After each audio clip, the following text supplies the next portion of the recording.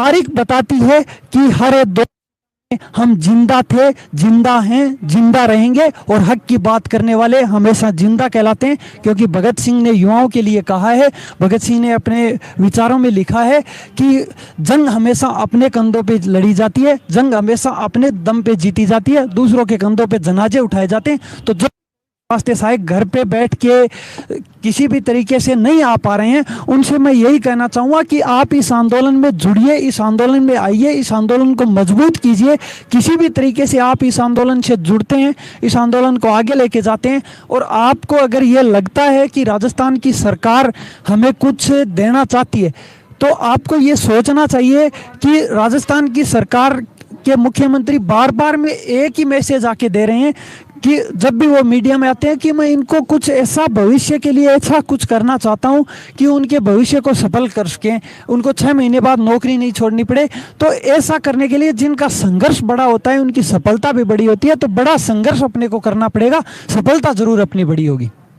मैं सबसे पहले तो यही कहना चाहूँगा कि ये धरना जब शुरू हुआ था उसी लक्ष्य को लेके आज तक चल रहा है। इसका नेतृत्व है जो हमने सीएचए के हाथों में सौंपा था, इस आंदोलन का नेतृत्व कोई बाहरी व्यक्ति नहीं कर रहा है। इस आंदोलन का नेतृत्व है सिर्फ सीएचए कर रहे हैं, सीएचए साथी मिलके कर रहे हैं। तो सीएचए के हालात को सीएचए से ज़्यादा मेरी नज़र में कोई नहीं समझ सकता, क्योंकि जो सबको चाहिए वही जो सीएचए की कमेटी है उसको चाहिए। जो बाहरी लोगों को नॉलेज नहीं है उससे ज़्यादा सीएचए को नॉलेज होता है। इसीलिए ये आंदोलन ये सबका आंदोलन है और इसका नेतृत्व सब कर रहे हैं। इसलिए मैं कहना चाहूँगा कि ना तेरा है ना मेरा है, ये आंदोलन सबका है। ना तेरा है ना मेरा है, ये आंदोलन सबका है। नहीं समझी गई बात तो नुकसान सबका है। जो मिल गई नदियां तो दिखलाई नहीं देती, मगर महासागर बनाने में एहसान सबका है। सब लोगों ने मिलके इस आंदोलन को खड़ा किया है, सब लोगों ने मिलके यहाँ तक लेके आए हैं। इस आंदोलन की सफलता असफलता अगर किसी पे निर्भर करती है तो वो सीएचए साथियों पे करती है। जो सीएचए साथी इस आंदोलन से जुड़े हुए हैं उन सभी सीएचए साथियों से यही कहना चाहूँगा कि आप इस आंदोलन की जो अलग जगाई थी, इस आंदोलन को आपने शुरू किया था, आज 65 दिन तक यहाँ पर लेके आए हो, तो इस आंदोलन को जिंदा रखिए। क्योंकि इस लड़ाई को अगर जीतना है तो एक ही तरीका है, वो है यहाँ पे शहीद स्मारक पे पहुँच के इस आंदोलन के संख्या बल को बनाए रखना, इस आंदोलन को मजबूत करना। क्योंकि ये हर बार एक बात मैं कहता हूँ कि ना फिरौन की है ना मरूद की है, फूलों से जंग बारूद की है, और इस बार पीछे हटना नामुमकिन है क्योंकि इस बार जंग वजूद की है। ये लड़ाई किसी के वर्चस्व के लिए नहीं लड़ी जा रही है, ये 65-66 दिन से पसीना किसी के वर्चस्व के लिए नहीं बहाया जा रहा है। ये सिर्फ अगर किसी के लिए बहा रहे हैं तो हम अपने लिए बहा रहे हैं, अपनी रोजी रोटी के लिए बहा रहे हैं, अपने माता पिता की आंखों के सपनों के लिए बहा रहे हैं, अपने भाइयों बहनों की उम्मीदों के लिए बहा रहे हैं और अपने आने वाली भविष्य के लिए बहा रहे हैं। तो इस तरीके से इस आंदोलन को जिस भी तरीके से आप मजबूत कर सकते हो, जिस स्तर पे आप मजबूत कर सकते हो, चाहे आप किसी भी स्तर पे हो, और ज़्यादा से ज़्यादा अगर इस आंदोलन में योगदान आप देना चाहते हो तो इस में यहाँ के नारे लगाइए, इस आंदोलन से जुड़िए, इस आंदोलन में यहाँ के मजबूत कीजिए और इस आंदोलन को आगे बढ़ाइए। और यकीनन वो अगर ऐसा फैसला लेते हैं, संविदा कैडर में शामिल करते हैं, हमें हमारे रोजगार लौटाते हैं, तो वो इस राजस्थान प्रदेश के लिए एक दीपावली से कम नहीं होगा। हर घर में दीपक जलेगा, हर घर में खुशियां छाएंगी, और हर घर के चेहरे पे अगर कोई रवानी होगी तो वो होगी अशोक जी गहलोत की वजह से होगी। पर ये जो संवेदनशीलता के नाम पे जो एक तरीके से हमारे साथ छलावा किया गया है, संवेदनशीलता शब्द को जिस तरीके से पिछले 66 दिनों से तार तार किया जा रहा है, यहाँ बहनों का पसीना बहा रहा है, लक्ष्मीबाई बन के यहाँ पे बहनें बैठी हुई है। वो दौर किसी ने देखा होगा जब लक्ष्मीबाई बच्चे को पीठ पे बांध के लड़ी थी, अपने बच्चे को। यहाँ 1-1 महीने 2-2 महीने के बच्चे को यहाँ पे बहनें लेके बैठी हुई हैं और वो एक तरीके से आज़ादी की लड़ाई लड़ रही हैं। और इसमें आज़ादी शब्द का मतलब है हमारी नौकरी, हमारी रोजी रोटी, और वो लड़ाई यहाँ पे हमारी बहनें लड़ रही हैं, हमारे भाई लड़ रहे हैं, और यहाँ पे पसीना बहा के लड़ रहे हैं। सरकार ने अगर कुछ दिया है तो वो यहाँ पे इतने दिनों में यही दिया है, वो है कष्ट।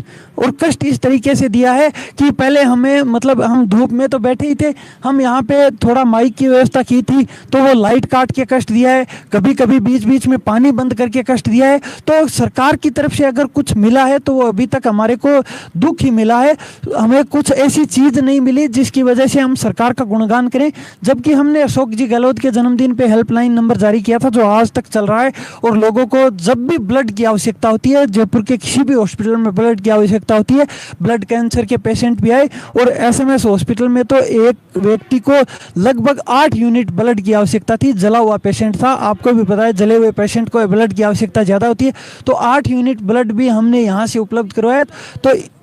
अभी लगभग यहाँ से 450 के लगभग लोगों की मतलब मदद हो चुकी है, और वहाँ पे हम जब भी जरूरत होती है तो ब्लड देने जाते हैं और यहाँ से चले जाते हैं। और भी हमारे जो संपर्क के ब्लड बैंक हैं, जो हम हमारे जान पहचान के ब्लड बैंक हैं, वहाँ से भी हम उपलब्ध कराने का प्रयास करते हैं। पर पेशेंट की किसी भी कंडीशन में हम न कोरोना में उनको राजस्थान की 8 करोड़ जनता को प्रभावित होने दिया, ना मतलब अस्थिरता में छोड़ा जब राजस्थान की सरकार जब महलों में कैद थी, और आज जब राजस्थान की सरकार उदयपुर के होटलों में कैद है, तब भी हम सड़कों पे निकल के लोगों की मदद कर रहे हैं, लोगों को ब्लड उपलब्ध करवा रहे हैं।